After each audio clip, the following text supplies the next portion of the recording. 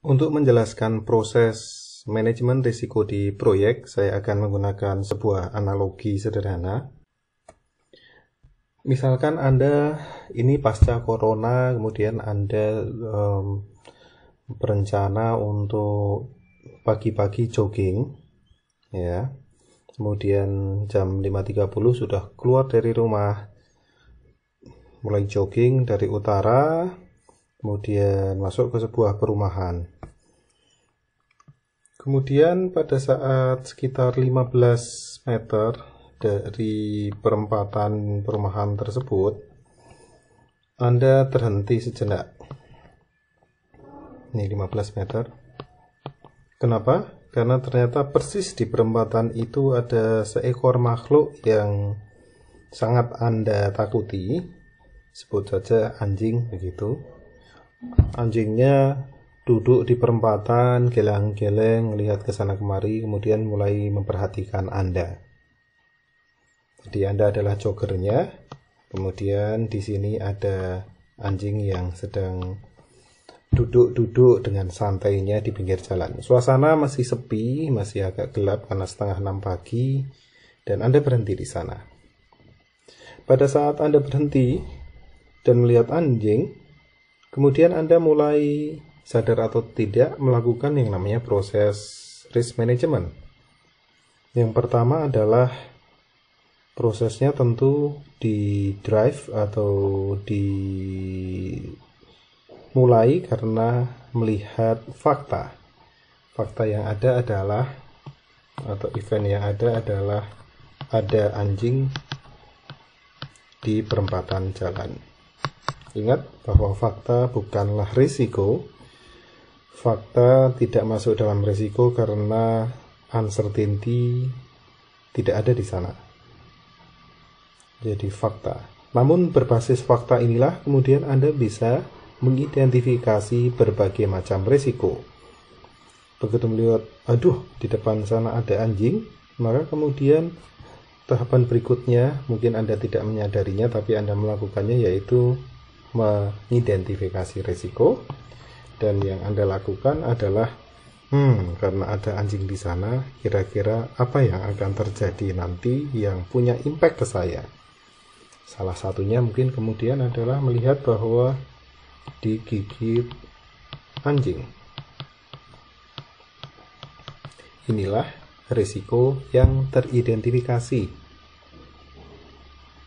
Oke, setelah itu, setelah Anda melakukan mengidentifikasi, waduh, ada kemungkinan risiko tergigit anjing ini saya, maka kemudian Anda sadar atau tidak sadar akan mulai melihat-lihat, melakukan assessment, kira-kira risikonya sebesar apa sih, sebahaya apa sih digigit anjing tersebut.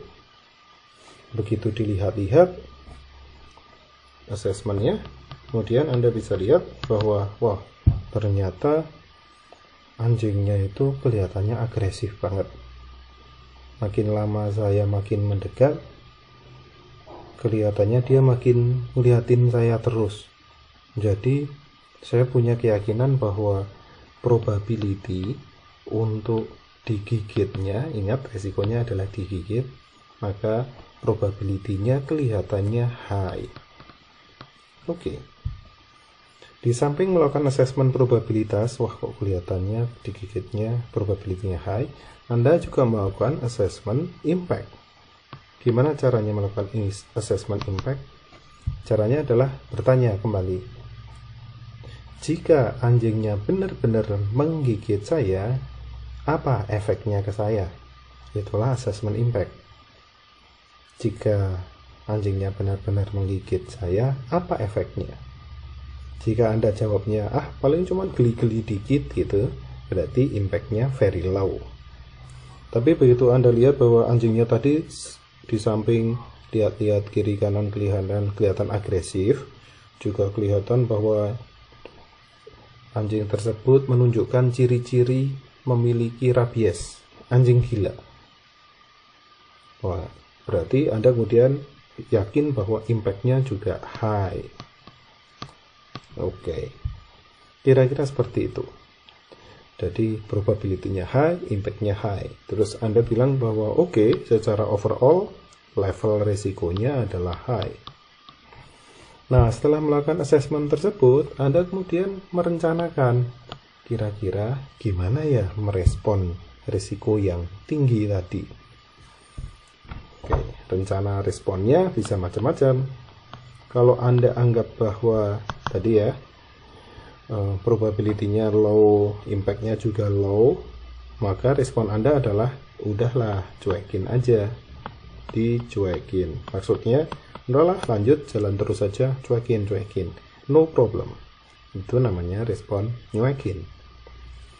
Kedua, jika Anda merasa bahwa probability-nya high, impact-nya high, maka Anda ngerasa bahwa saya perlu melakukan sesuatu supaya risikonya turun.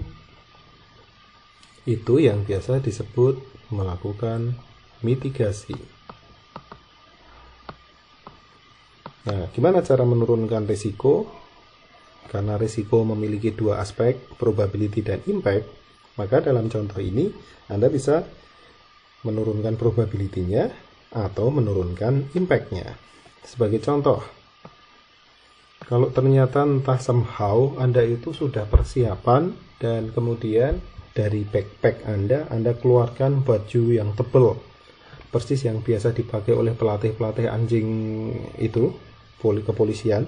Wah, pakailah baju yang tebal, pakai helm dan seterusnya. Maka Anda sedang melakukan mitigasi risiko. Kira-kira dengan baju tebal, mana yang akan turun aspeknya? Probability digigit atau impact-nya yang turun jika digigit. Oke, jadi pakai baju tebal adalah mitigasi dengan cara menurunkan impact-nya. Baju tebal. Jadi dengan baju tebal tidak akan membuat anjing itu lebih malas untuk menggigit. Jadi probability-nya nggak akan turun. Tapi dengan menggunakan baju tebal, seandainya pun digigit, impact-nya lebih rendah dibandingkan dengan kalau nggak pakai baju tebal dan helm. Cara yang kedua adalah dengan masih mitigasi, menurunkan probability-nya. Oke. Jadi menurunkan probability. Coba silahkan nanti kalian pikirkan kira-kira bagaimana menurunkan probability di situ.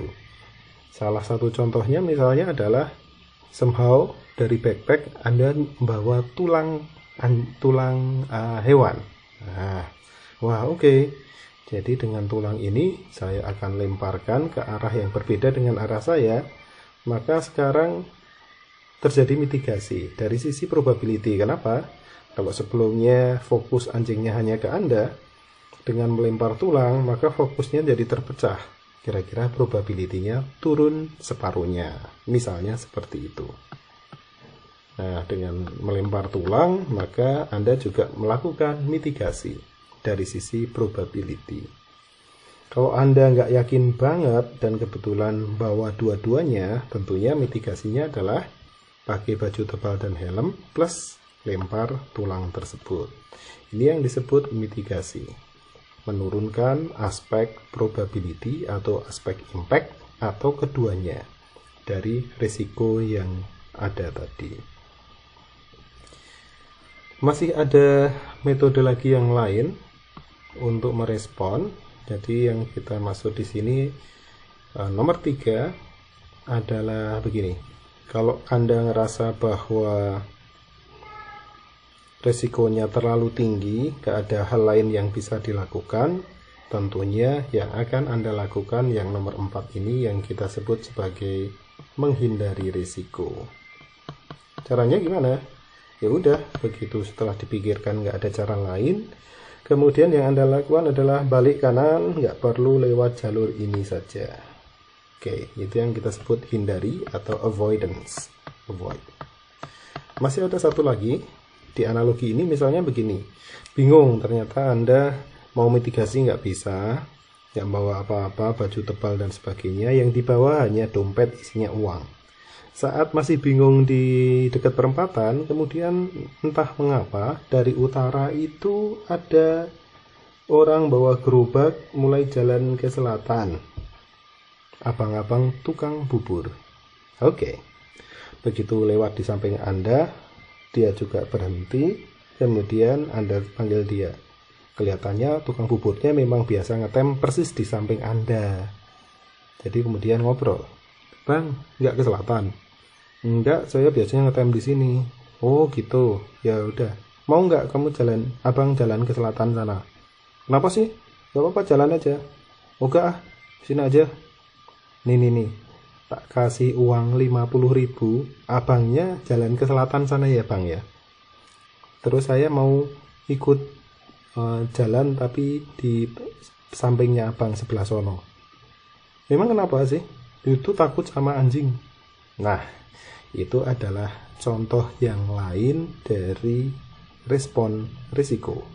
Jadi dalam kasus ini adalah minta abang tukang bubur tadi untuk jalan duluan, dan sebagai kompensasinya si abang dibayar 50.000. Jadi kalau tadi ada risk avoidance nomor 4, kemudian ada risk mitigation nomor 2, nomor 1 dicuekin, itu biasanya kita sebut risk absorb, diabsorb saja.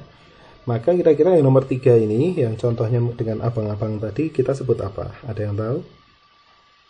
Oke, ini yang kita sebut mentransfer risiko. Maksudnya apa mentransfer risiko? Kita mengubah atau memindahkan risiko yang sebelumnya menjadi risiko kita sendiri, kemudian risikonya dipindah ke abang tadi. Ingat tadi kita ngomongin risiko apa? Digigit anjing. Nah, untuk bisa melakukan risk transfer, tentunya Anda harus, kan Anda sudah mentransferkan risiko ke orang lain atau pihak lain, berarti Anda harus membayarnya. Oke, dalam contoh ini kayaknya agak kurang humanis gitu ya, kok nyuruh orang lain untuk dalam tanda kutip berisiko digigit anjing. Tapi di dunia bisnis ini hal yang wajar. Kita biasanya menyebutnya sebagai asuransi. Oke, jadi asuransi adalah salah satu cara untuk merespon risiko dengan cara mentransfernya. Kok bisa? Punya mobil diasuransikan all risk. Artinya apa? Kita sebenarnya punya risiko sebagai pemilik mobil, yaitu mobilnya hilang kecuri. Tetapi kita transfer risikonya ke perusahaan yang memberi garansi, yang memberi asuransi. Sehingga apa yang terjadi? Kalau kecurian risikonya terjadi, maka risiko tidak jatuh ke Anda, impact-nya. Karena Anda akan diganti full. Tapi in return Anda harus membayar yang namanya premi. Itu adalah asuransi sebagai metode risk transfer. Sebenarnya masih ada satu lagi metode yang lain yang biasa disebut sebagai outsourcing. Jadi outsourcing adalah cara lain untuk mentransfer risiko. Jadi dari sini sudah clear bahwa analogi yang sangat sederhana ini menunjukkan beberapa proses atau tahapan manajemen risiko yang standar. Dan kalau Anda lihat nanti standarisasinya kira-kira sama semua seperti ini. Tentunya ada variasi-variasi sedikit di antara satu standar dengan yang lain. Tahap yang pertama adalah risk identification. Oke. Ini yang pertama sekali. Tanpa mengidentifikasi resiko, bayangkan jika Anda tadi pas jogging itu nggak aware ada anjing, ada fakta anjing di sini, maka Anda gagal mengidentifikasi. Karena nggak langsung jalan terus, berarti tahapan 1, 2, 3 tidak akan terlaksana. Jadi risk identification adalah tahapan pertama. Yang kedua adalah risk assessment. Ini adalah tahapan kedua yang dilakukan di risk analysis. Yang ketiga adalah risk response planning. Jadi rencana respon apa yang disiapkan untuk risiko yang sudah ada tadi. Di contoh tadi ya kita hanya mengenal 3, maka di sini saya tambahkan tahapannya ya. Setelah risk response planning dilakukan, tentunya kita punya tahapan yang namanya mengeksekusi dan memonitor. Jadi execution and monitoring. Tahap 1, 2, dan 3 di project management akan dilakukan pada saat project planning bersama-sama dengan hal-hal lain di PM Box yang 10 itu. Sementara tahapan keempat yang terakhir ini dilakukan bersamaan dengan eksekusi proyeknya. Bersamaan dengan eksekusi proyek, kita akan mengeksekusi risk response planning yang sudah dibuat di tahapan ketiga tadi. Itulah tahapan-tahapan risk management planning berbasis analogi orang jogging yang takut digigit anjing.